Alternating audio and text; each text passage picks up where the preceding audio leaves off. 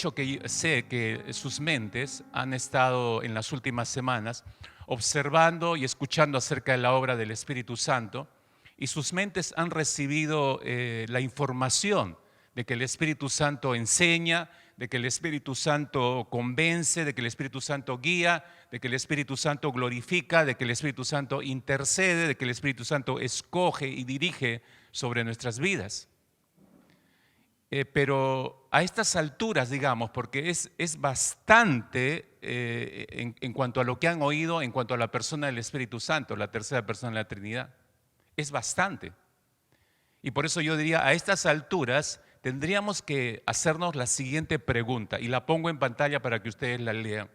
Si nuestras mentes, esta es la pregunta, si nuestras mentes al recibir toda esta información, porque al fin y al cabo es información bíblica, si la tenemos que clasificar, es información bíblica. Pero la pregunta es, al haber recibido toda esa información bíblica, le han permitido, ustedes, cada uno de ustedes, le han permitido que cumpla el propósito para el cual fue traída sobre sus mentes y corazones cada uno de los sábados que han escuchado cada uno de los temas. Porque una cosa es escuchar la palabra, otra cosa es permitirle que cumpla los propósitos para los cuales Dios la manda a nuestras vidas.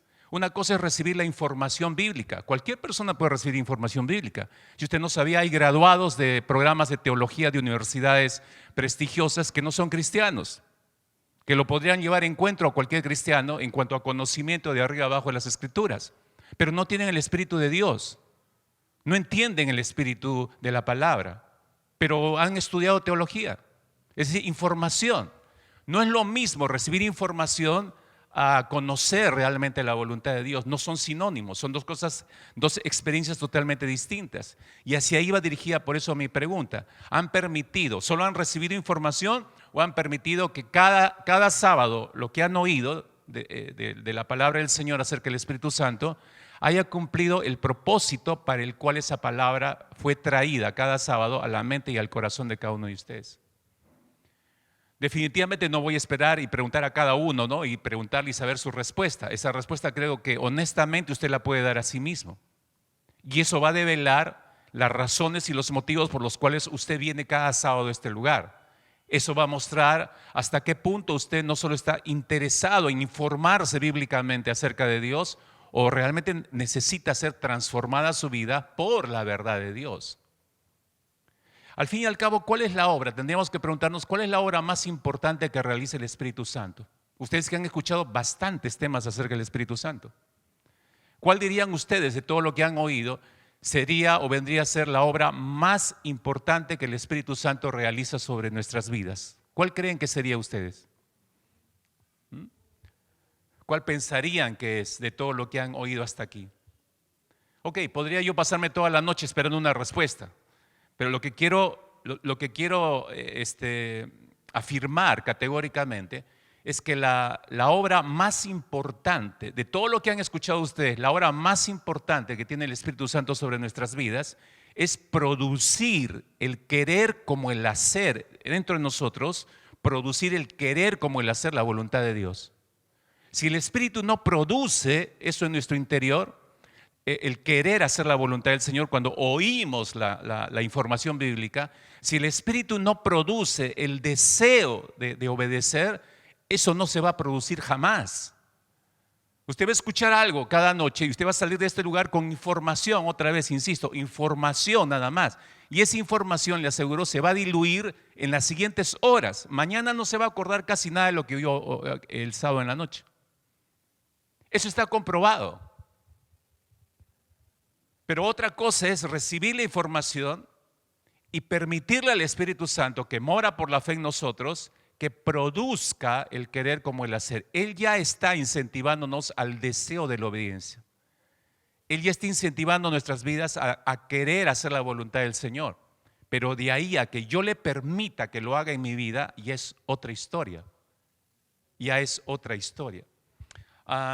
Si el Espíritu entonces es el que produce el querer como el hacer por su buena voluntad en nuestras vidas, para entenderlo mejor, quiero ponerle un ejemplo bíblico. Hay un texto en la primera carta del apóstol Pedro, en la primera carta, en el capítulo número 1. Primera de Pedro, capítulo 1, versículos 22 y 23. Versículos 22 y 23. El apóstol Pablo dice lo siguiente: habiendo purificado, les está diciendo a los cristianos a los cuales se está dirigiendo la carta. Les dice: habiendo purificado vuestras almas por la obediencia a la verdad, mediante el Espíritu, para el amor fraternal no fingido, amaos unos a otros entrañablemente de corazón puro, siendo renacidos no de simiente corruptible, sino de incorruptible, por la palabra de Dios, que vive y permanece para siempre. ¿Qué está diciendo el apóstol Pablo aquí? O el apóstol Pedro. Lo que quiero es que se dé cuenta en el primer versículo, en el versículo 22 específicamente, cuando él expresa: habiendo purificado vuestras almas por la obediencia a la palabra mediante el Espíritu. Voy a leer ese mismo versículo, pero lo voy a leer en una versión diferente. Y esta versión, que es la Reina Valera 1995, se lee en esa versión de la siguiente manera: al obedecer la verdad. Esto ayuda a acomodar nuestros pensamientos para entender lo que estamos leyendo. Dice: al obedecer a la verdad. ¿Y qué es la verdad? La palabra. Al obedecer a la verdad mediante el Espíritu, habéis purificado vuestras almas para el amor fraternal no fingido. Y esto es revelador, y esto respalda lo que estoy diciendo hace un instante. Una cosa es información y otra cosa es dejar que el Espíritu Santo cumpla el deseo del querer como el hacer en nosotros. Porque lo que está diciendo acá Pedro es que los creyentes, cuando tomamos la palabra, cuando recepcionamos la palabra del Señor y la obedecemos, está diciendo, somos purificados, somos separados, somos santificados. ¿Para qué? Para esa verdad que estamos recibiendo.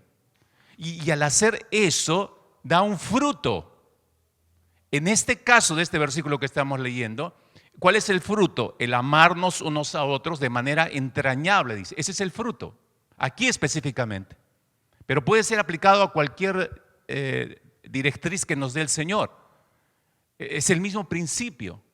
Lo que está diciendo Pedro acá, no solamente es que si yo escucho la palabra y me reservo para ella, soy purificado, soy separado para cumplir esa voluntad de Dios. Pero lo revelador en este versículo es que yo no puedo hacer eso. No está en nuestra capacidad de hacerlo. No es que yo amo al Señor y yo sí lo voy a hacer. Hermanos, ni usted ni yo, nadie puede ejecutar la voluntad del Señor por simple deseo. No está en nosotros, insisto.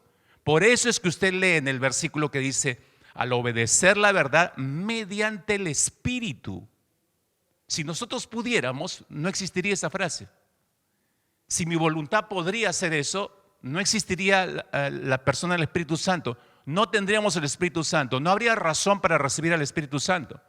Pero como no podemos, porque esa es nuestra naturaleza, dentro de un momento le voy a explicar mejor esto, es que necesitamos al Espíritu de Dios. Para poder reservarnos, en este caso específico de 1 Pedro 1, 22 y 23, para amarnos unos a otros entrañablemente, como dice el texto, eso sería imposible para los cristianos si el Espíritu Santo no hace eso en nosotros. No podríamos hacerlo por nuestra propia cuenta. Eso es exactamente lo que está diciendo el apóstol Pedro en este versículo que estamos leyendo. Por eso necesitamos la intervención sobrenatural del Espíritu Santo para que ocurran cosas como esta, como para amarnos entrañablemente, para servir al Señor, para obedecerle en todo lo que nos mande. Insisto, hermanos, no es un deseo de que yo lo voy a hacer a partir de ahora. No, me voy a portar mejor. No podemos. Nuestra naturaleza va en contra de ese deseo. Y no podemos vivir de deseos. El creyente vive de convicciones sólidas y firmes. ¿Y de dónde vienen las convicciones? De la palabra. ¿Y cómo las ejecuto? Por el poder del Espíritu. Sin el Espíritu no es posible. Es imposible cumplir la palabra del Señor sin el Espíritu. Ahora, eso suena muy bien. Eso a varios de ustedes podría sonarles muy bien. Pero en la vida diaria, déjenme insistir en esto, en nuestra vida diaria, qué difícil resulta que se dé en la vida práctica.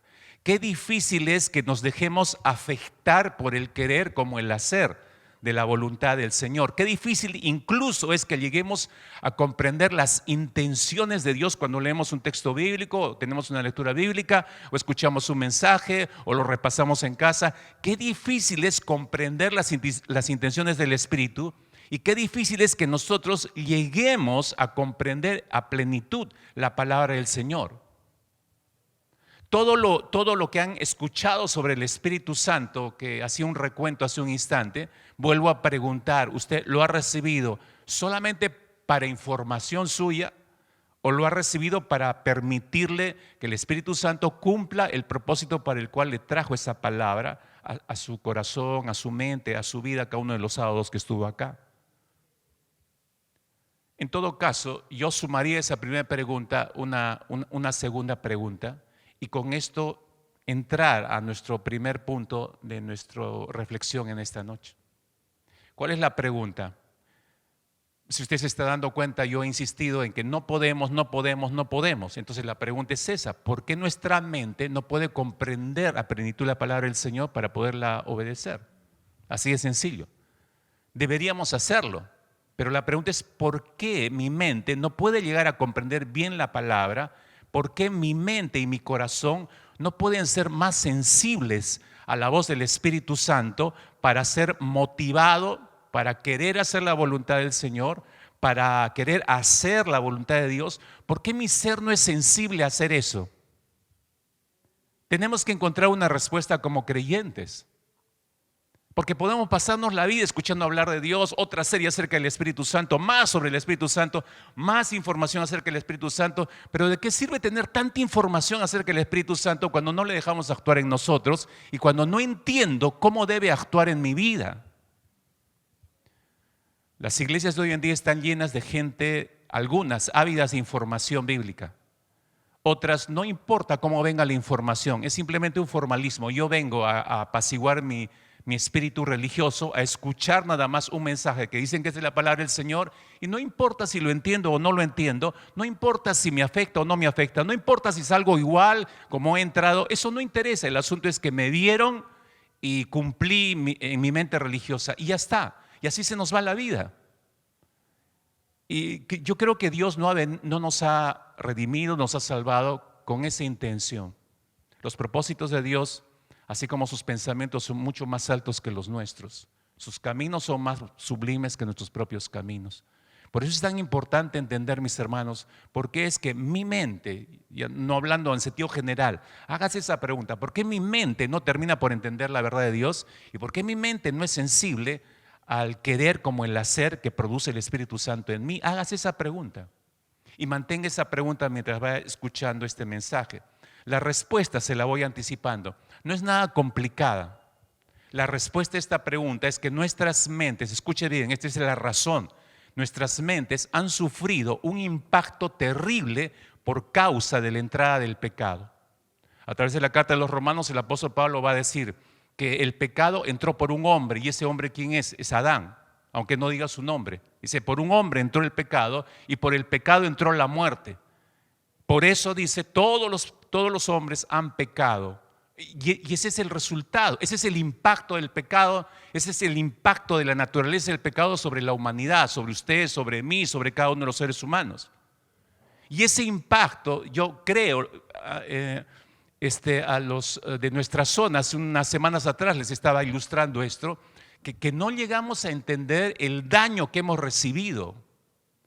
Y lo peor de todo es que los evangélicos creemos que con darle nuestra vida a Cristo, con levantar la mano y pasar un día y decir que le hemos dado nuestra vida a Jesucristo, ese problema ya fue solucionado. Y escúcheme, ese problema no ha sido solucionado. Y no estoy diciendo que Cristo carezca de poder para salvarnos o para limpiarnos de todos los pecados. Su sangre es efectiva.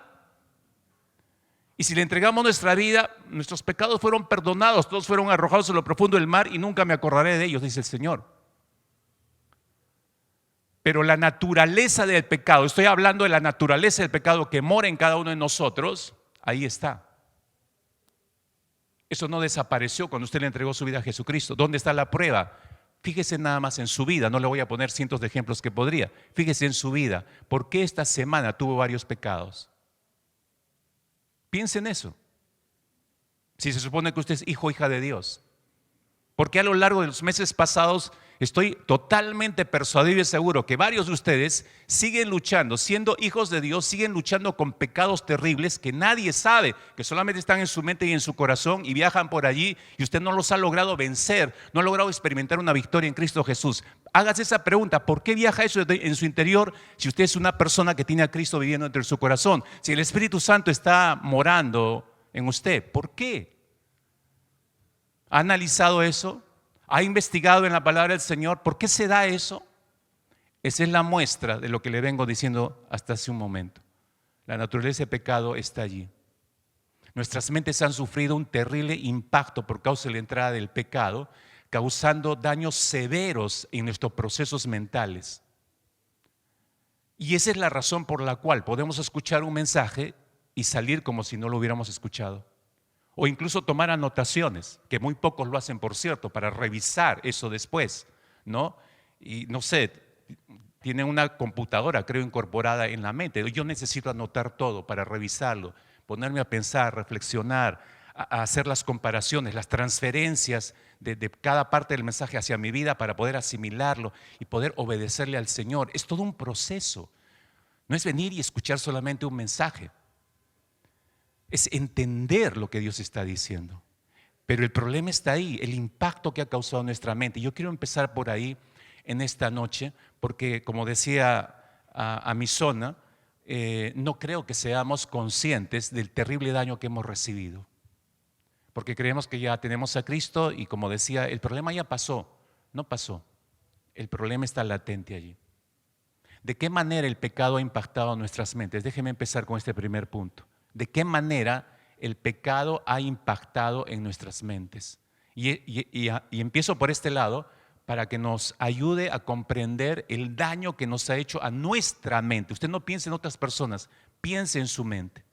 Escúchenme con cuidado. Definitivamente el gran impacto que ha causado el pecado en el ser humano en el momento de la caída nos lleva hasta las páginas del Génesis. Tenemos que retroceder hasta el Génesis para ver ese panorama de inicio. Dios crea al hombre, escuche, yo lo resumo de esta manera. Dios creó al hombre perfecto, esa fue la gran obra de Dios. Y Dios crea al hombre perfecto, pero este hombre perfecto toma una mala decisión, entonces echa a estropear el modelo de Dios. Entonces el hombre no puede solucionar ese problema. Dios tiene que solucionarlo. Entonces Dios interviene y le da la oportunidad de vida a ese hombre. Entonces remedia ese problema que ha causado. Y eso es la transformación que hace de algo que el hombre estropeó, Dios lo transforma para bien. Pero no nos deja ahí el Señor. Su último paso es que transformado el hombre, o pasando por un proceso de transformación, lo lleva a la glorificación, que es la última instancia de vida para nosotros, la eternidad. O sea, estamos en este instante viviendo entre ese interín, entre la transformación que Dios ha hecho en nuestras vidas a través de la obra de Cristo en la cruz y nuestra glorificación final. Pero como todavía no hemos sido glorificados, estamos en esa transición a la glorificación. Y como estamos en esta transición, todavía nuestra mente no ha sido perfeccionada, nuestra mente no ha sido glorificada, entonces nosotros por eso vivimos esa terrible realidad de una mente caída, una mente afectada por el pecado, una mente que no piensa cuerdamente para con Dios. Por eso siempre estamos yendo contra Dios. Y es necesario que comprendamos el estado de nuestra mente después de la caída y que quisiera que usted solo, usted sola, se dé cuenta realmente de cuánto le ha afectado. Por eso yo decía, no piense en otras personas. A veces nosotros empezamos a escuchar un mensaje y esto le iría bien a fulano, esto le iría bien a sultano, cómo no vino tal persona para que escuchar esto, pero nunca lo aplicamos a nosotros mismos. Piense en su propia mente, déjeme insistir en esto. Piense en esta noche en su propia mente para que se dé cuenta cuánto ha sido dañada su mente. Ahora, no le voy a lanzar una serie de definiciones. Otra vez, información, información, información. No, lo que deseo es que usted compare el estado de su mente con un personaje específico conocido para nosotros en las Escrituras. Y usted pueda ver el deterioro de la mente de esta persona y usted pueda comprobar de manera directa si a él su mente fue deteriorada así, entonces mi mente está en el mismo estado. Que nos ayude a ver esa realidad. ¿De quién estoy hablando? De Saulo de Tarso, antes de su conversión al gran apóstol Pablo. Entonces, si tiene su Biblia ahí, Hechos capítulo 7, vamos a empezar por ese lado, Hechos capítulo 7, que es donde aparece en la historia Saulo de Tarso. ¿Cómo era la mente, para empezar, cómo era la mente de Saulo de Tarso antes de tener ese encuentro con Jesús? En primer lugar, era una mente endurecida. Escuche bien esto, era una mente endurecida. Ahí en Hechos capítulo 7, versículos 57 y 58, que casi es para cerrar ese capítulo, dice: entonces ellos, dando grandes voces, se taparon los oídos y arremetieron a una contra él. ¿De quién está hablando? Es el momento en que el primer mártir de la era cristiana, Esteban, termina de predicar un tremendo mensaje. Todo el capítulo 7 es el mensaje de Esteban. Y los judíos, los religiosos, no soportan el mensaje. Y es esto que estamos leyendo. Se tapan los oídos y arremeten contra Esteban. Y dice el verso 58, y echándole fuera de la ciudad, le apedrearon, y los testigos pusieron sus ropas a los pies de un joven que se llamaba Saulo. Así entra en el plano de la historia bíblica Saulo de Tarso. Así lo conocemos. Entonces imagínese el cuadro mientras lo va leyendo. Ahí está Saulo de Tarso parado. La gente que va a empezar a apedrear a Esteban, porque no les gusta lo que escucharon, se quitan sus mantos porque no pueden agarrar las piedras y querer apedrear a alguien fastidiándole los mantos. Se quitan los mantos y los llevan y los ponen a los pies de Saulo de Tarso, que está ahí parado, mirando todo, y como fariseo, al parecer él autorizando, complacido lo que está ocurriendo. Esa ejecución va a ser a los ojos de Saulo de Tarso. Eso es lo que nos pinta el cuadro bíblico acá. Entonces usted dése cuenta, Saulo de Tarso está viendo el maltrato de Esteban. No es que se lo contaron, él está viendo el maltrato contra Esteban. Saulo de Tarso está oyendo el clamor de Esteban, porque Esteban no oró así en voz bajita. Lo que usted lee en el versículo 59, cuando dice: y apedreaban a Esteban mientras él invocaba y decía: Señor Jesús, recibe mi espíritu. Él lo dijo en voz alta.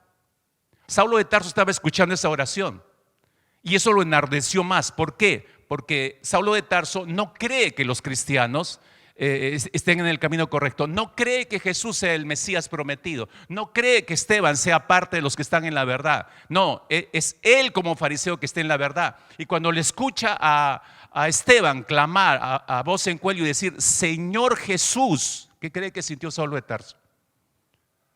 Lo más probable es que como fuerte y marcado fariseo es: Señor Jesús, le está llamando a ese Jesús el Kyrios, la máxima autoridad. Mátenlo, ejecútenlo de una vez, hagan callar a ese hombre. Él estaba totalmente indignado con lo que escuchó decir a Esteban, pero él está oyendo ese clamor. Él está recibiendo complacido las ropas de los que están asesinando a Esteban. Él se complace su corazón en ese asesinato. ¿Por qué? Porque él mismo consintió en él, decía hace un instante. Entonces él es el principal testigo allí. Usted sume todas estas características que le acabo de dar, y si nosotros estuviéramos viendo a la distancia esto, de hecho que pensaríamos lo siguiente: qué duro que es este hombre. Si cuando vemos alguna situación de indiferencia de la gente, decimos: qué dura es la gente de corazón, no ayuda, no colabora, decimos: qué duro de corazón. Ahora imagínense ejecutando a un hombre y Saulo de Tarso complacido, hasta sonriente probablemente, y uno a la distancia lo miraría y diría: este hombre es duro. No habría otro calificativo, es duro. Pues así son los hombres y las mujeres sin Cristo. Esa es la mente de la gente sin Cristo, endurecida. Así era la mente de Saulo de Tarso. Cuando Saulo de Tarso, ya después de su conversión, él entiende esa situación que él mismo experimentó. Y quién mejor que nadie para entenderla. Él la transcribe en una de sus cartas y describe ese tipo de mente, porque él la tuvo en algún momento. Según de Corintios, capítulo 3, cuando les escribe a los Corintios, en su segunda carta, capítulo 3, versículo 14, el apóstol Pablo dice lo siguiente: pero el entendimiento de ellos se embotó, dice. Está hablando de la mente. de ciertas personas. El entendimiento de ellos se embotó, porque hasta el día de hoy, cuando leen el antiguo pacto, les queda el mismo velo no descubierto, el cual por Cristo es quitado.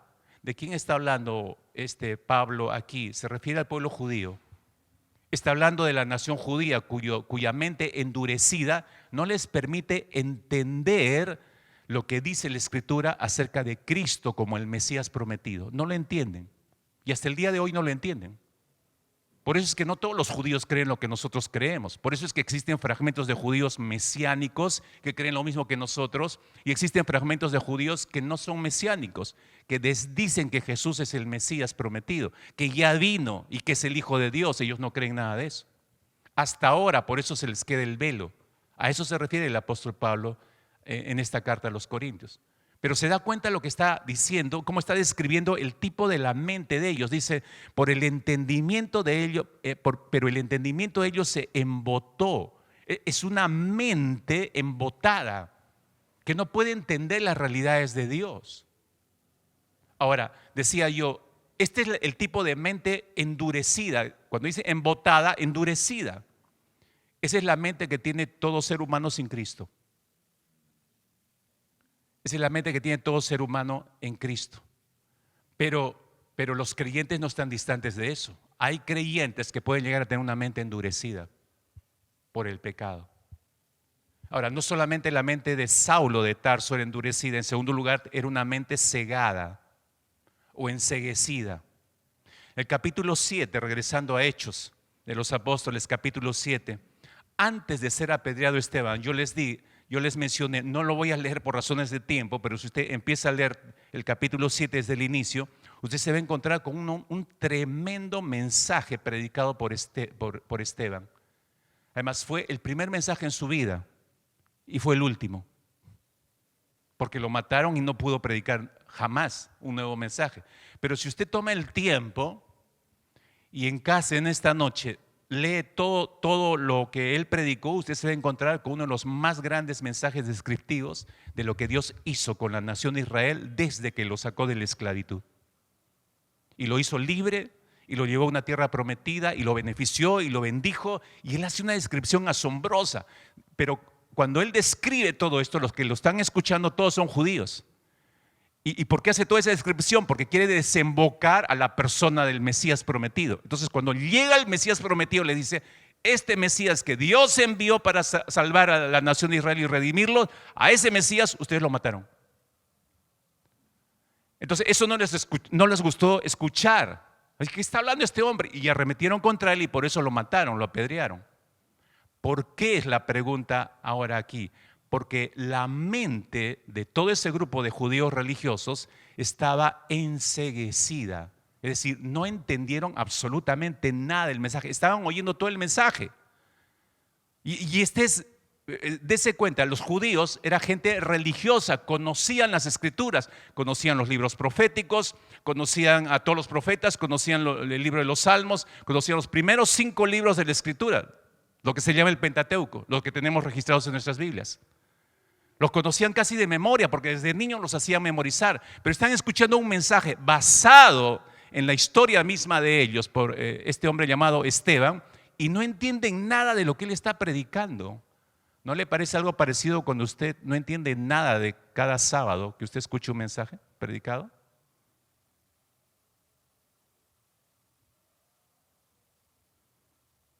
Es el mismo tipo de mente nada más, una mente enceguecida. La respuesta es, ¿por qué no entiendo? Porque su mente está enceguecida, pues.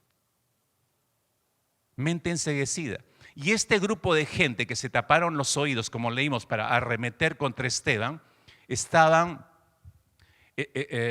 o su actitud fue justamente porque les indignó escuchar, ni siquiera entendieron todo el mensaje, lo que les indignó es escuchar lo último, que ellos fueron los que asesinaron al Mesías enviado. A eso no les gustó. Pero solo entendieron la última parte, la parte según a ellos que los ofendió a ellos, pero no entendieron el contexto del mensaje.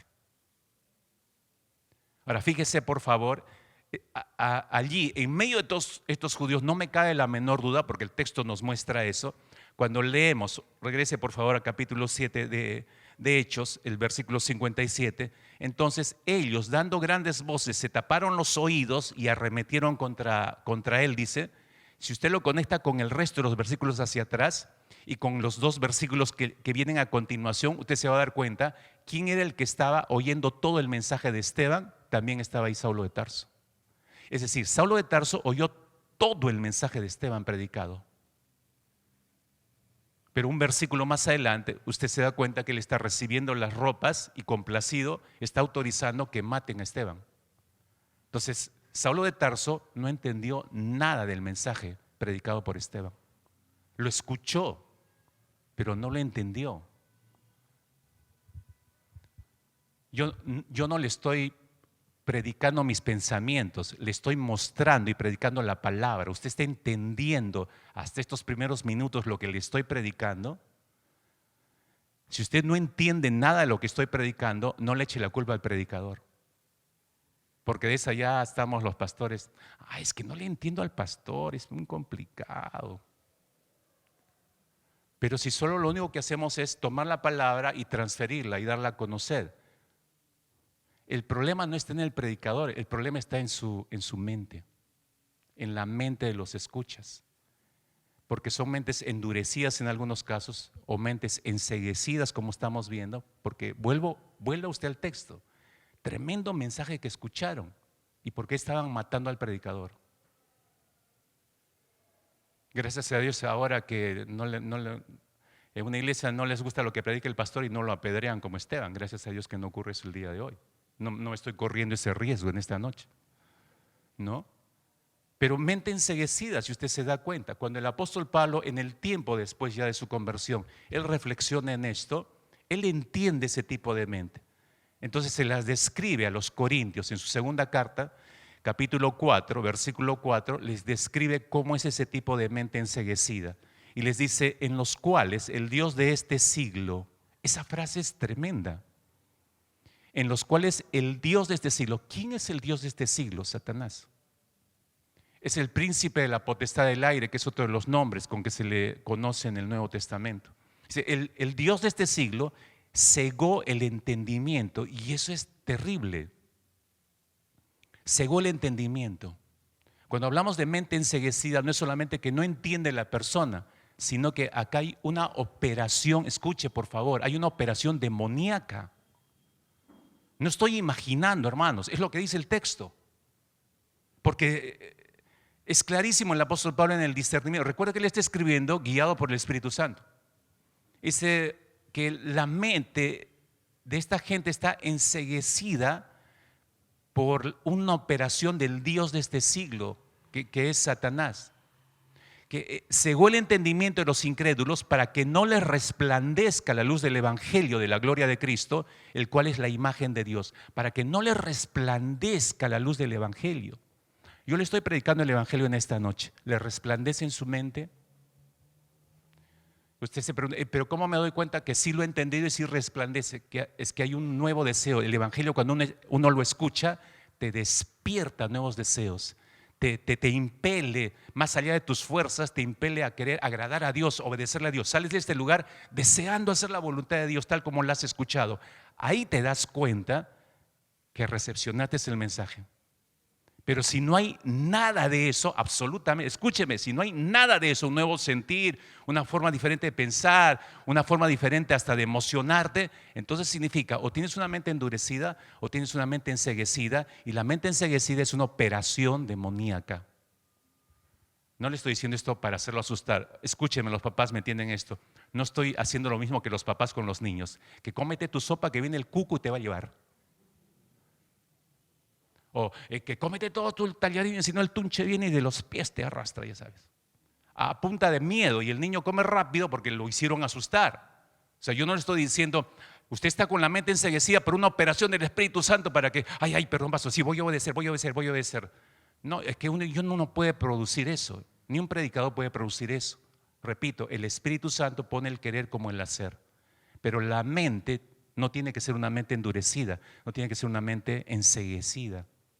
Pero Saulo de Tarso estaba así, si se da cuenta. Ahora, no es suficiente. La mente de Saulo de Tarso era una mente envanecida. ¿Qué quiero decir con envanecida? Soberbia. Y de eso nos caracterizamos los seres humanos, todos. Hay algo de tinte de soberbia en nosotros. En el relato bíblico, terminamos de leer Hechos 7, siga con Hechos capítulo 8, mire nada más la vida de Saulo de Tarso, cuán soberbio era este hombre. Dice el versículo 3 de Hechos 8. Pero Saulo hacía estragos en la iglesia, entrando de casa en casa y arrastrando a hombres y mujeres y los echaba en la cárcel, dice. Y esto a mí me causa sorpresa. Yo diría simplemente, qué soberbio este tipo. Pero qué soberbio este hombre, ¿no? Miren, ¿saben por qué digo que era soberbio? Saulo de Tarso no era un militar, no era un policía. Entonces, ¿con qué derecho este hombre se metía a las casas para tomar prisioneros? ¿Con qué derecho? No tenía ningún derecho. Y sin embargo, él mismo se lo estaba asumiendo. Y esa actitud y esa forma de actuar es clásica de las personas soberbias, que creen ser dueñas de la verdad y creen que pueden actuar en la medida de lo que desean y piensan y nadie les tiene que decir nada. Esa es una persona soberbia.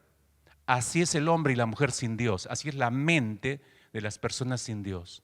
Cuando Pablo entiende ese principio, él sabe cómo es esa mente otra vez. Y cuando les escribe a otra iglesia, que no son los corintios, a los de Éfeso, les describe esa mente también. Capítulo 4 de la carta de los Efesios, versículo 17. Pablo les dice, digo y requiero en el Señor que ya no andéis, les está mandando a hacer algo a los de Éfeso, a los cristianos de esa iglesia en Éfeso. Digo y requiero en el Señor que ya no andéis como los otros gentiles que andan en la vanidad de su mente. Está describiendo un tipo de mente. Dice, ya no anden, dicen los cristianos, tengan cuidado, ustedes han sido sacados de ese estilo de vida. O sea, ya no vivan igual que ellos. ¿Y cómo viven ellos? En la vanidad de su mente. Para entenderlo, en la soberbia de su mente, igual que Saulo de Tarso, haciendo lo que quieren, creyéndose con el derecho de hacerlo cuando no lo tienen. Hacer daño a la gente, qué sé yo, tantas cosas que hace la mente soberbia. Pero así era la mente de Saulo de Tarso, es lo que quiero que se dé cuenta, antes de Cristo. Y aún algo más, era una mente depravada, en cuarto lugar. Era una mente depravada. ¿Qué quiero decir con depravada? Corrompida. Era una mente corrompida. Ahí en el capítulo 9 de Hechos de los Apóstoles, que sigo la línea de la descripción bíblica que tenemos de la vida de Saulo, capítulo 9, fíjese cómo empieza ese capítulo en los dos primeros versículos.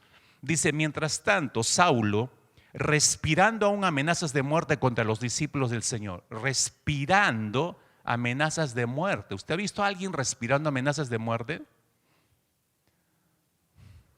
Y acá, trate de imaginarse la cara de Saulo de Tarso en esos momentos, ¿no? Dice, se presentó al sumo sacerdote, no lo llamó el sumo sacerdote, por su propia cuenta se fue a buscarlo.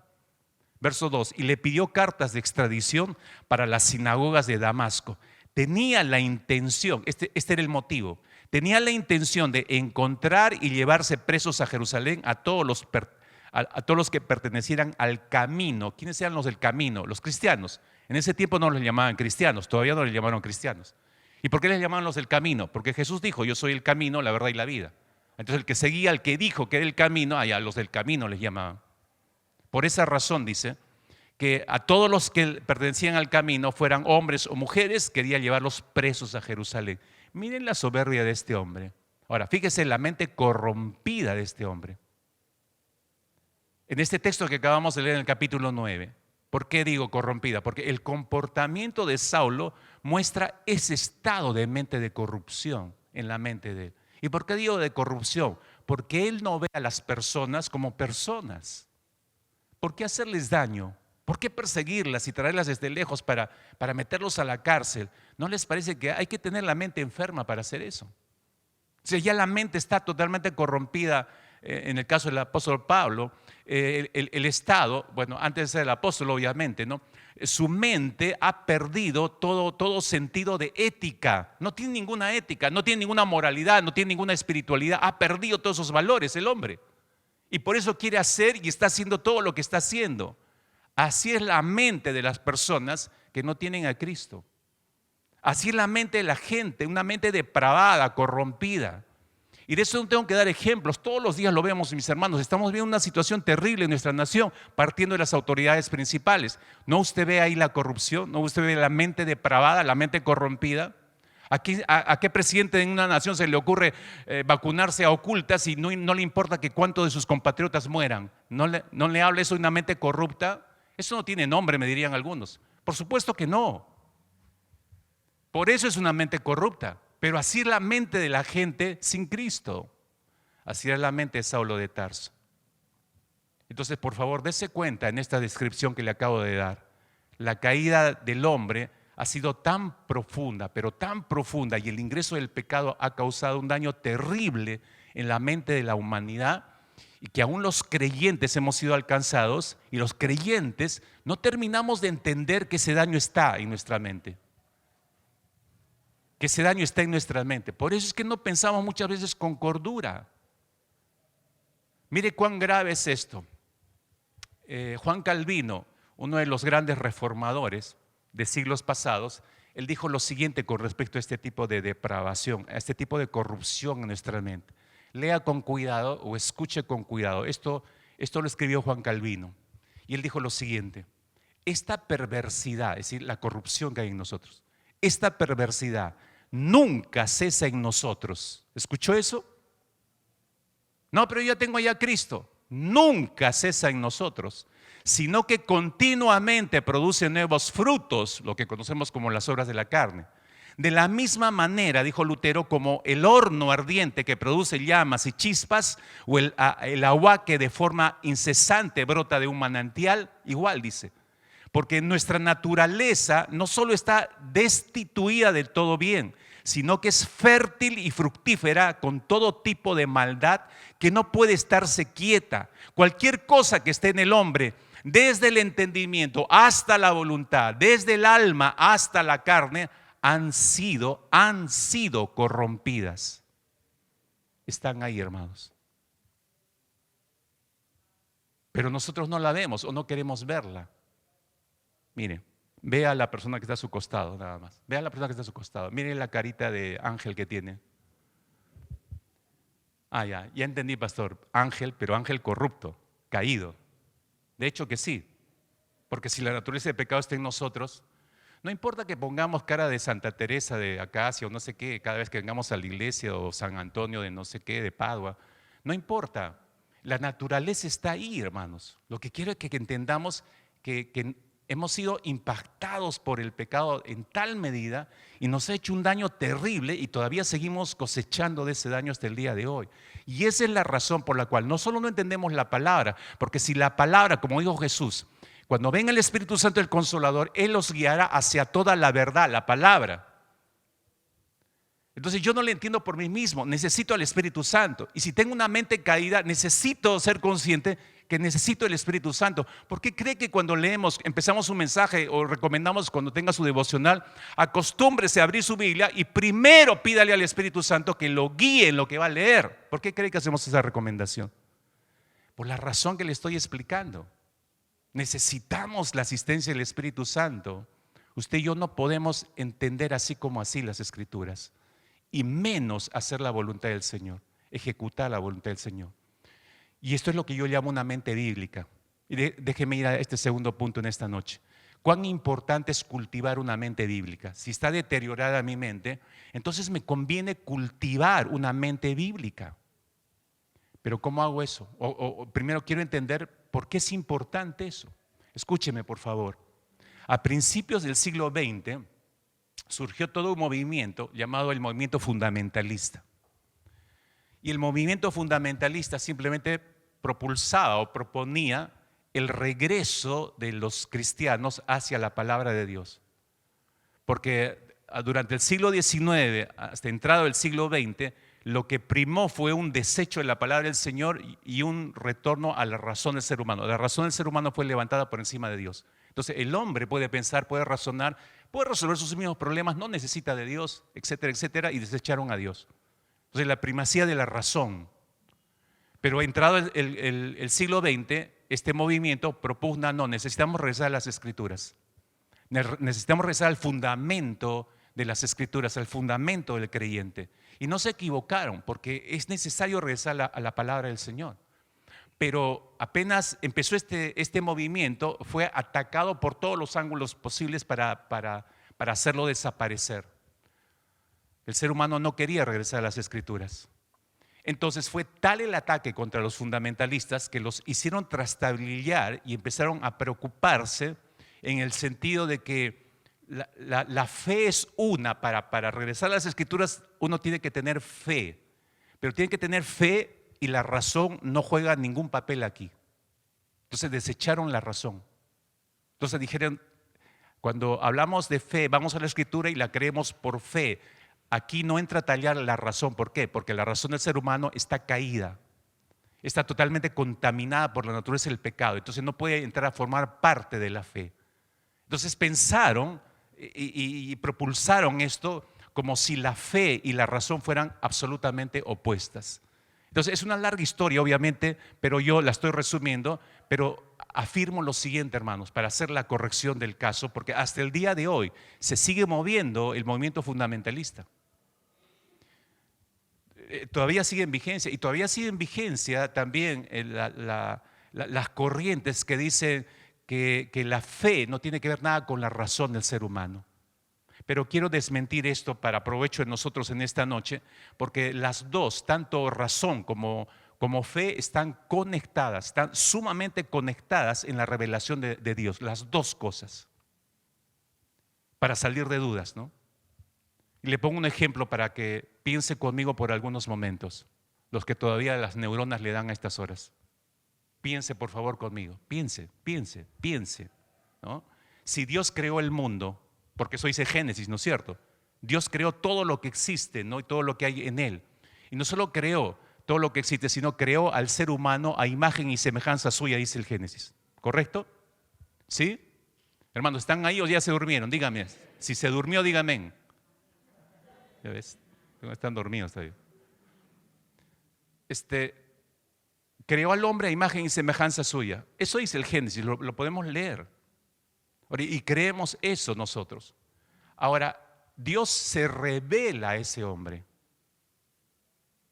Ahora, para que ese hombre y luego el resto de humanidad, y esto nos toma a nosotros también, para entender la revelación de Dios, necesitamos de la razón. Necesitamos la razón. No solamente para recibir la revelación de Dios, sino para procesarla en nuestro interior y entenderla para obedecerla. Entonces, ahí están las dos juntas. La fe y la razón están juntas en la revelación. Déjeme explicarle esto que es sumamente importante.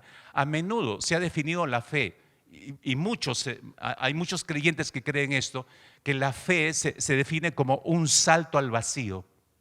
Y algunos obviamente dicen, no, yo no quiero esa fe de los evangélicos. ¿Por qué? Porque es un salto al vacío. Estos se lanzan nada más porque dicen que crean y todos como borregos se lanzan. Un salto al vacío.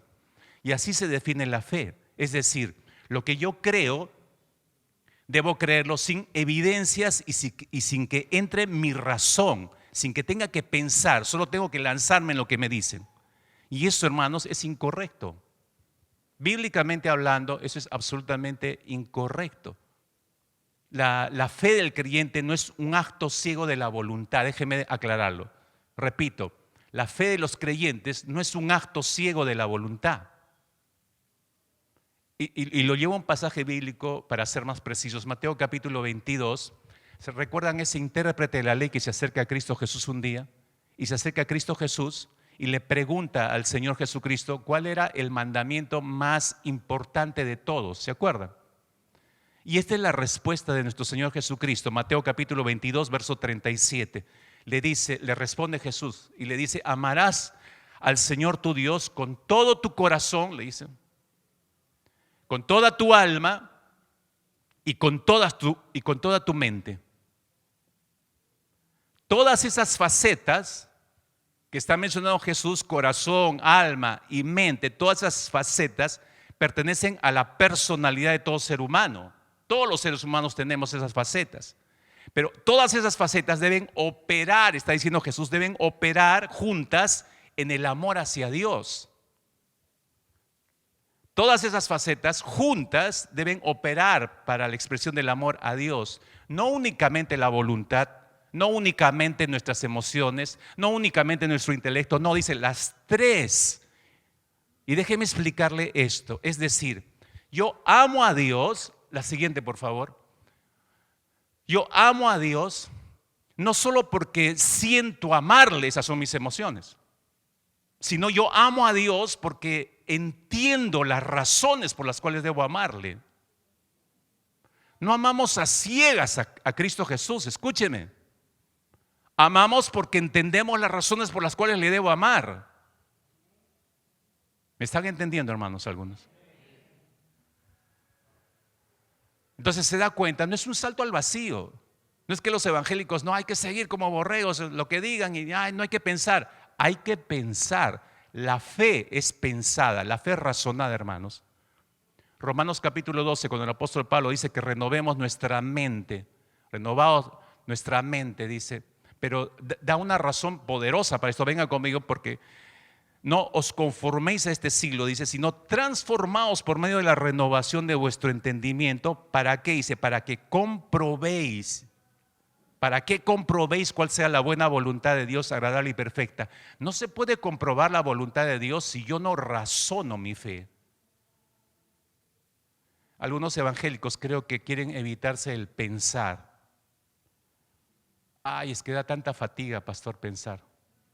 Pero tienes que usar pues tus neuronas, ¿no? Tienes que apresurar tu cerebro, ejercitarlo al razonamiento bíblico. Por eso es que nos va mal en las decisiones, mis hermanos. Por eso es que buscamos la consejería pastoral para, pastor, no sé qué hacer, dígame qué debo hacer. Pero se supone que tú tienes el mismo espíritu que yo, pero usted está más cerquita de Dios. Esas ideas así medias locas que nos comunican a los pastores, nadie está más cerquita de Dios. Tenemos el mismo espíritu. Entonces tenemos la misma operación del Espíritu Santo. Pero si usted conociera la palabra, usted iría al Señor y entendería perfectamente lo que Dios le está diciendo y hallaría solución a todos sus problemas. No tendría que estar preguntándole a nadie. Pero tengo que ir a que me interpreten, tengo que ir a que...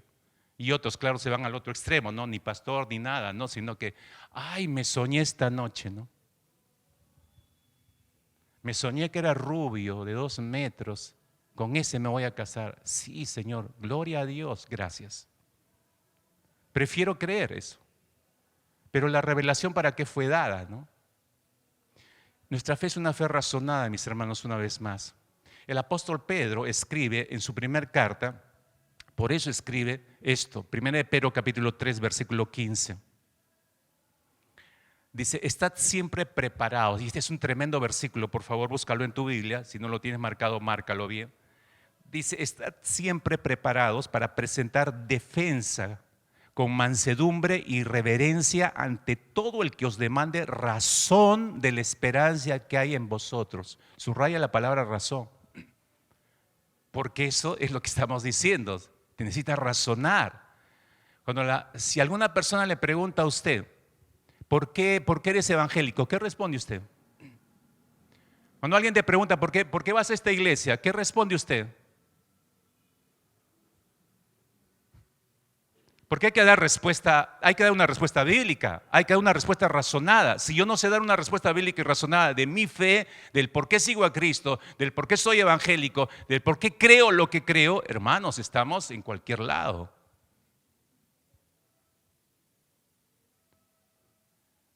Pedro es clarísimo en lo que está diciendo, ¿no? Presentad con mansedumbre y reverencia, que es otra característica, ¿no? Que no voy a predicar, me daría ganas, pero no es el tema. No es peleándose, ¿no? Ahora no sé qué.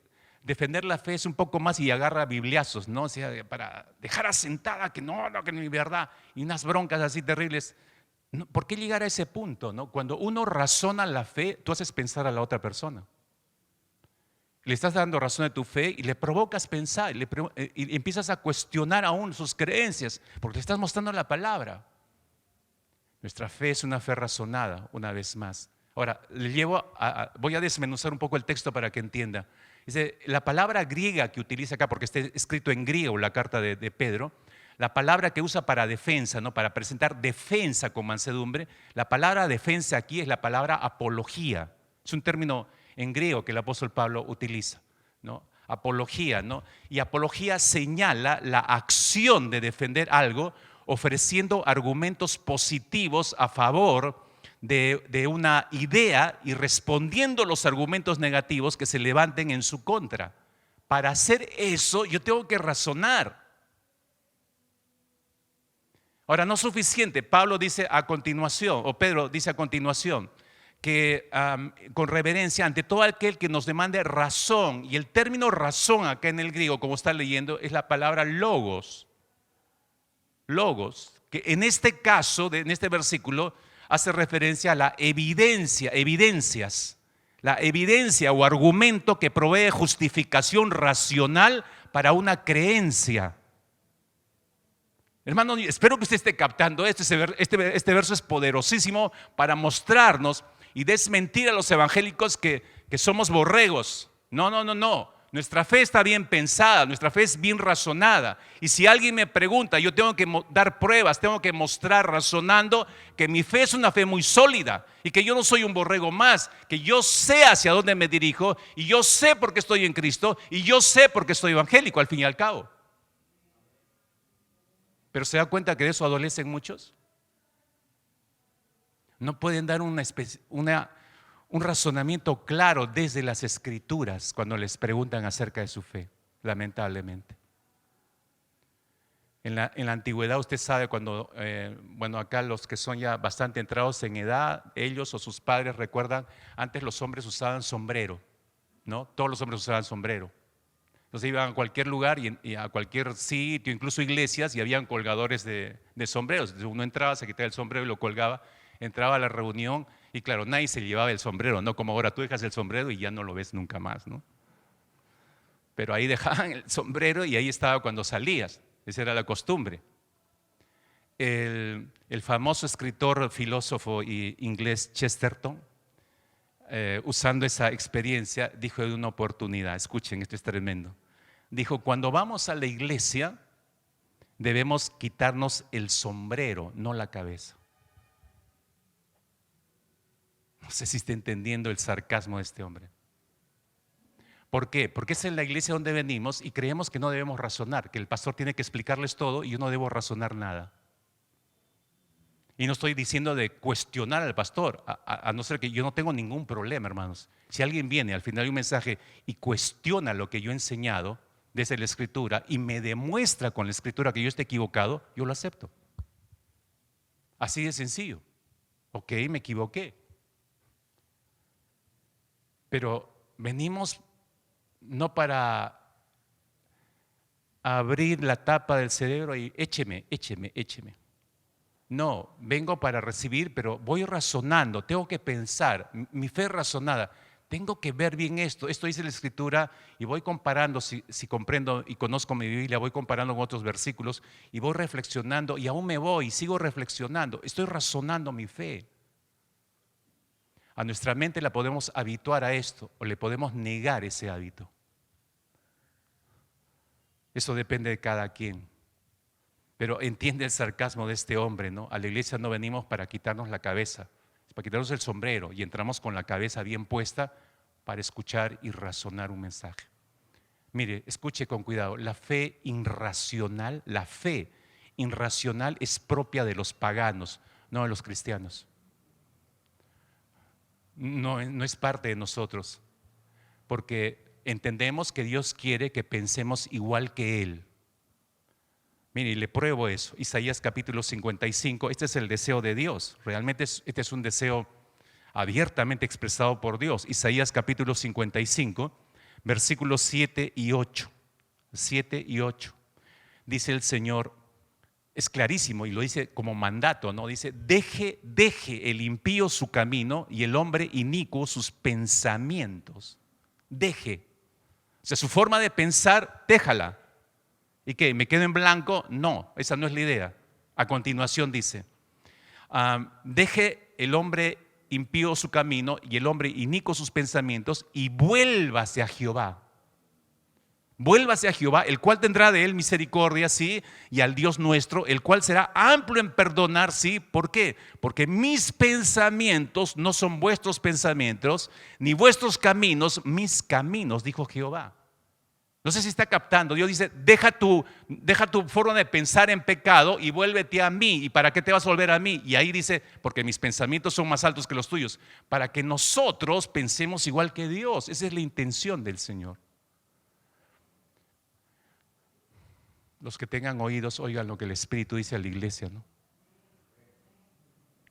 Es un deseo de Dios. Quiere que pensemos como Él.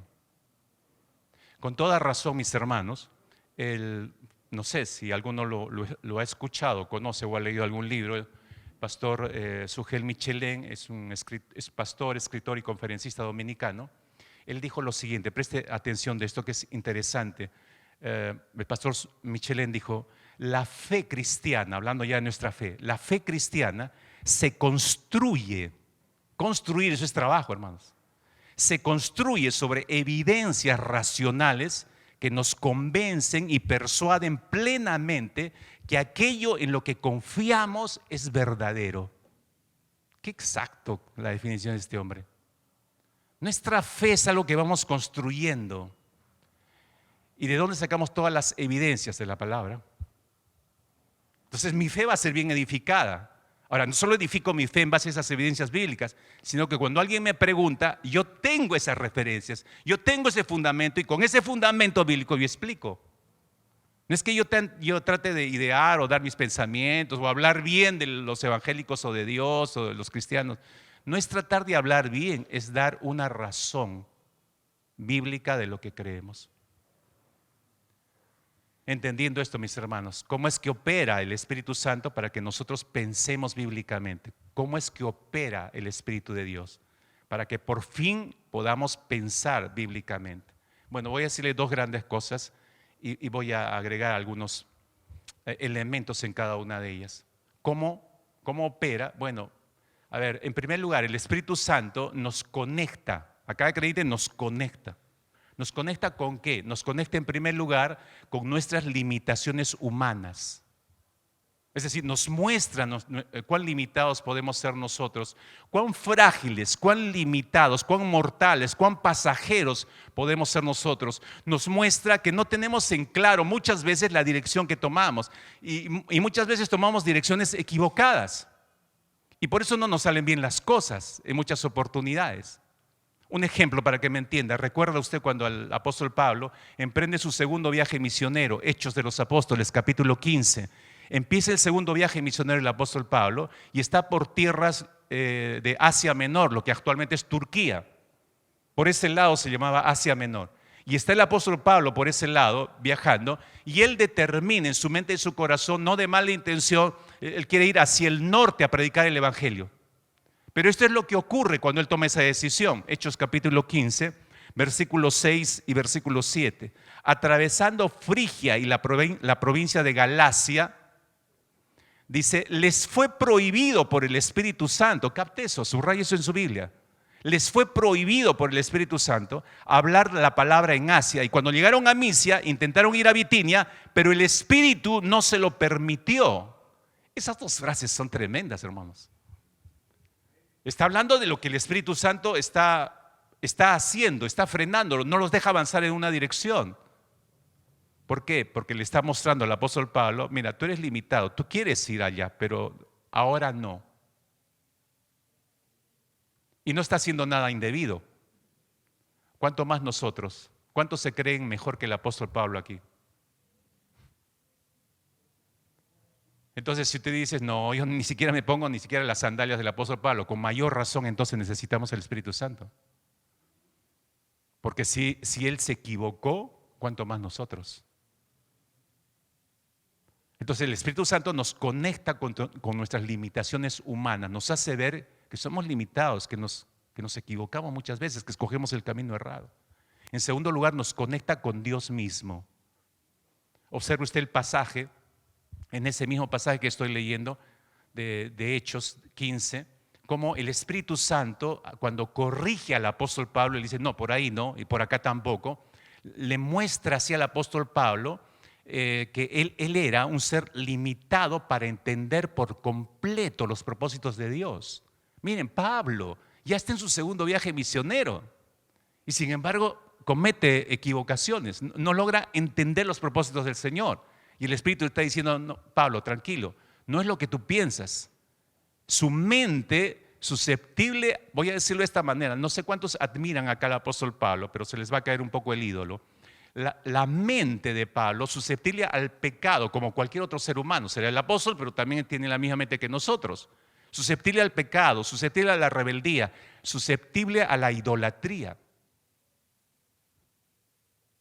Y cuando hablo de idolatría es cuando nos levantamos por encima de la voluntad de Dios. Cuando nos levantamos por encima de la voluntad de Dios, ya estamos en terreno de idolatría. Es decir, empezamos a tomar decisiones sin consultar a Dios. Eso es idolatría. ¿Acaso no es lo que usualmente hacemos nosotros? Y en nuestra soberbia nosotros ideamos, planificamos, y en vez de primero averiguar lo que quiere Dios, yo primero hago mi plan y luego lo llevo al Señor y le exijo que me lo bendiga. Eso es soberbia. Y ni Pablo se libró porque él tomó una decisión sin consultar al Señor. Usted lee toda la línea y no hay un momento en que usted vea que Pablo consultó al Señor. ¿Debo ir aquí? No le preguntó. Entonces cuando el apóstol Pablo decide ir hacia Galacia, lo hace por su propia cuenta, de ese cuenta. ¿Cómo sabemos eso, mis hermanos? Pastor, está hablando mal del gran apóstol Pablo. No. Me estoy remitiendo al texto nada más. ¿Cómo sabemos eso? Pues fíjese, si él hubiese acertado en la voluntad del Señor, entonces el Espíritu Santo no hubiera interferido. Ahí está la respuesta. Pero porque él decidió mal por su propia cuenta, tiene que entrar el Espíritu Santo y le muestra que no es lo que él pensaba. Fíjese por favor en el versículo 9, sigo en Hechos capítulo 15, fíjese en el versículo 9, dice, y se le mostró a Pablo una visión de noche, un varón macedonio, estaba en pie rogándole y diciéndole, pasa a Macedonia y ayúdanos. Allí el Espíritu Santo lo está conectando al apóstol Pablo con la voluntad de Dios. Y Pablo entiende eso. Y es por eso que leemos en el versículo siguiente, en el versículo 10, leemos que dice, cuando vio la visión, enseguida procuramos partir a Macedonia, dando por cierto que Dios nos llamaba para que les anunciáramos el Evangelio. Dando por cierto que Dios nos llamaba, recién entiende ahí la voluntad de Dios. ¿Quién lo conectó con la voluntad de Dios? El Espíritu Santo. Entonces el Espíritu nos conecta con nuestras limitaciones humanas, nos conecta con Dios y nos conecta con la palabra de Dios, que es lo más importante. Cuando leemos ahí en Hechos 15, versículo 6, hago énfasis en esto, cuando leemos ahí que el Espíritu dice, le fue prohibido por el Espíritu Santo, y luego usted lee en el versículo siguiente, versículo 7, el Espíritu no se lo permitió. Entonces nos tenemos que preguntar al leer eso, ¿cómo es que les prohibió? ¿Cómo es que le dijo, cómo es que leemos el verso 7, no se lo permitió? ¿Cómo es que hizo eso el Espíritu Santo? Hermanos, no hay otra manera que hablándole al apóstol. No hay otra forma. El Espíritu Santo tuvo que hablarle a Pablo, tuvo que haberle dado instrucciones directamente, le tuvo que haber hablado.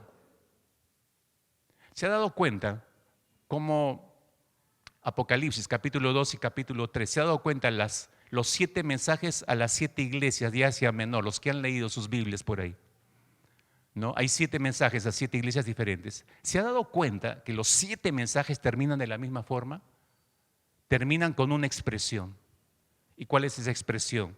Esa expresión es, en los 7 mensajes, al final de cada mensaje, termina con la misma frase. ¿Y cuál es la frase? La frase es esta: el que tiene oído, oiga lo que el Espíritu dice a las iglesias. Termina el otro mensaje, el que tiene oído, oiga lo que el Espíritu dice a las iglesias. Termina el otro mensaje y termina exactamente igual. El que tiene oído, oiga lo que el Espíritu de Dios dice a las iglesias. Revíselo en su Biblia y se va a dar cuenta de ese detalle.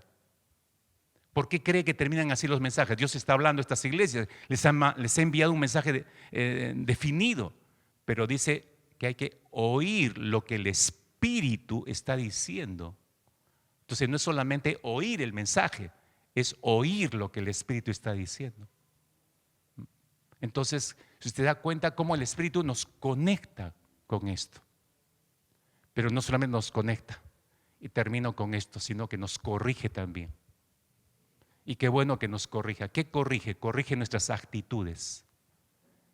corrige nuestras actitudes. ¿Recuerdan en Hechos capítulo 5 esa pareja que fueron fulminados? Ananías y Zafira, ¿se acuerdan? Ahí en Hechos capítulo 5 nos muestra a esos dos miembros de la iglesia que venden una propiedad y intentan mentir y vienen y dicen, le hemos vendido en tal precio, pero no era cierto, no es cierto. Y pretenden mentir y pretenden decirles a los apóstoles y a todos los que estaban mirando que ellos estaban ofrendando la totalidad de la venta de esa propiedad y no era verdad. Entonces son desenmascarados por el Señor los que conocen esta historia y sufren el dolor del juicio de Dios. Inmediatamente uno por uno cae muerto, ¿no? Pero se ha dado cuenta lo que les preguntó el apóstol Pedro antes que cayeran fulminados. Hechos capítulo 5, versículo 3. Hechos 5, capítulo 3, capítulo 5, versículo 3. La pregunta de Pedro es, ¿por qué llenó Satanás tu corazón para que mintieses al Espíritu Santo y sustrajeses del precio de la heredad? Le pregunta primero al esposo. Y luego a la esposa, después de que fallece el esposo. Versículo 9 le pregunta a la esposa, ¿por qué conviniste en tentar al Espíritu del Señor? O sea, dése cuenta de las dos preguntas, ¿no? Al esposo le dice, ¿por qué llenó Satanás tu corazón para que mintieses al Espíritu Santo? Y a la mujer, ¿por qué conviniste en tentar al Espíritu del Señor? Es el mismo Espíritu que está haciendo referencia el apóstol Pedro acá.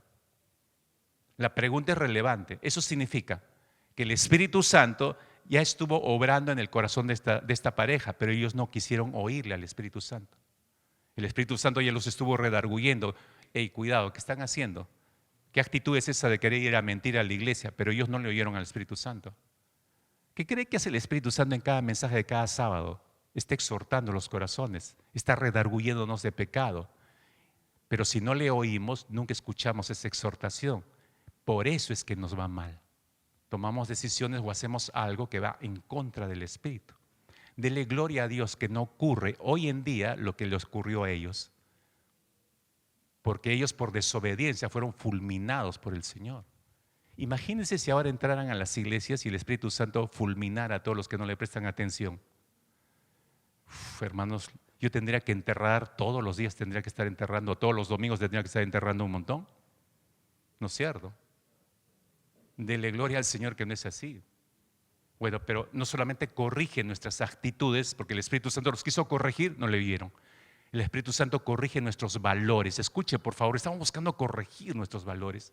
También la conducta de Ananías y Zafira, no me voy del ejemplo bíblico acá en Hechos 5.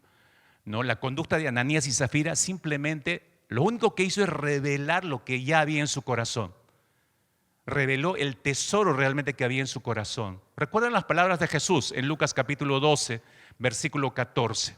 Lucas 12, versículo 14. Jesús dijo lo siguiente, porque donde está vuestro tesoro, allí también estará vuestro corazón. Qué gráfico lo que dijo el Señor en realidad. Jesús está subrayando con mucha fuerza la necesidad de hacer una distinción radical, de una decisión radical, definitiva, propia de los hijos de Dios, ¿no? ¿En base a qué? En ver en nuestros corazones cuál es nuestro tesoro en realidad. ¿Nuestro tesoro es el Señor o nuestro tesoro son otras cosas? Y según sea el tesoro que hagamos en nuestro corazón, a ese tesoro le daremos valor, porque es así. No sé, acá cuántos tengan algunas joyas guardadas en su casa o algún dinero guardado en el banco. ¿Acaso ese no es su tesoro? ¿Y ustedes lo cuidan celosamente? Si se los roban o se dan cuenta que los desbancaron, entraron con su clave y les dejaron sin un sol, hermano, les da un chucaqui que... ¿Por qué? Se sentirían que morirían porque se quedaron sin su tesoro. Pues ahí usted comprueba, ahí está su corazón, ese es su tesoro. Usted podría decir, yo amo al Señor, el Dios es lo máximo. No es cierto, su tesoro es lo que usted tiene. Eso es fácil de darse cuenta, mis hermanos. Ahí está el valor. Pero escuche, por favor, esta es la enseñanza en esta noche. Si le damos a Dios, escuche, si le damos a Dios el valor supremo y lo valoramos como nuestra única fuente sustentadora y provisora de nuestras vidas, entonces nosotros no vamos a tener ningún problema en nuestra existencia. porque solo hay una fuente, tenga o no tenga. Lo que dice el apóstol Pablo, he aprendido a vivir en pobreza, en riqueza, cuando tengo, cuando no tengo. No me preocupa eso, porque Él está descansando en su fuente. Cuando Dios se vuelve en nuestra fuente principal y en el todo de nuestra vida, a mí no me importa quedarme sin nada, pues no he perdido al Señor, mi principal fuente, lo tengo todo. Pero cuando no ponemos el valor correcto en el Señor como nuestra única fuente y ese valor lo transferimos a mi cuenta bancaria, a mi auto del año, a mi casa, al último piso que construí en mi casa, a mis hijos o otras personas, hermanos, ¿dónde está su tesoro? Por eso es que nos desesperamos fácilmente. Si tu tesoro son tus hijos, le pasa algo, ¡ay, me muero, me muero! ¿Estás confiando en la fuente del Señor? Que Él te lo dio, que esos hijos no son tuyos, que son bendición de Jehová, que no te pertenecen a ti, tú solamente eres un administrador. ¿Los ves en esa medida? ¿Por qué no los vemos en esa medida? Porque nuestro tesoro es ellos, los hemos vuelto nuestro tesoro. Y usted transfiere ese principio a cualquier otra cosa. Por eso yo decía, su casa, su trabajo, cualquier cosa puede transformarse en su ídolo. El Espíritu Santo corrige nuestros valores. El Espíritu Santo corrige nuestra conducta. ¿No le parece una manera drástica, pero ultra gráfica de parte del Señor, Hechos capítulo 5, cuando corrige a esta pareja por la tendencia que hay en su corazón y los fulmina delante de los ojos de toda la iglesia, hermanos? Esto, cada vez que leo ese pasaje me hace temer mucho en la conducta de muchos creyentes. Me refiero a mentir y engañar al Señor. Escúcheme, Dios ve no solo nuestros corazones, ve nuestros bolsillos, las carteras, las cuentas bancarias, los negocios. Dios lo ve todo. Pero nosotros locos creemos que podemos mentirle y engañarle al Señor y traer su ofrenda al Señor y decir, esto es lo único que puedo dar. Y el Señor te está mirando y te dice, no es cierto. ¿Por qué quieres mentirme? ¿Tú crees que yo no sé cuánto ganas? ¿Tú crees que yo sé cuánto no tienes en el banco? ¿Crees que yo no sé cuánto tienes debajo del colchón? No te equivoques conmigo, dice el Señor. Ahora digo yo, gráfico, así corrige el Señor esta conducta. ¿Usted cree que cuando fallecieron Ananías y Zafira, ya esa medida drástica de Dios era solamente para ellos? No, porque murieron y ya no tenían conciencia de nada. No era por ellos, hermanos. Dios lo hizo para que la iglesia lo viera. Ahora, imagínese, usted en esa iglesia, en ese momento que cayó el esposo o la esposa muerta. Y usted está viendo eso, está en ese momento en la congregación.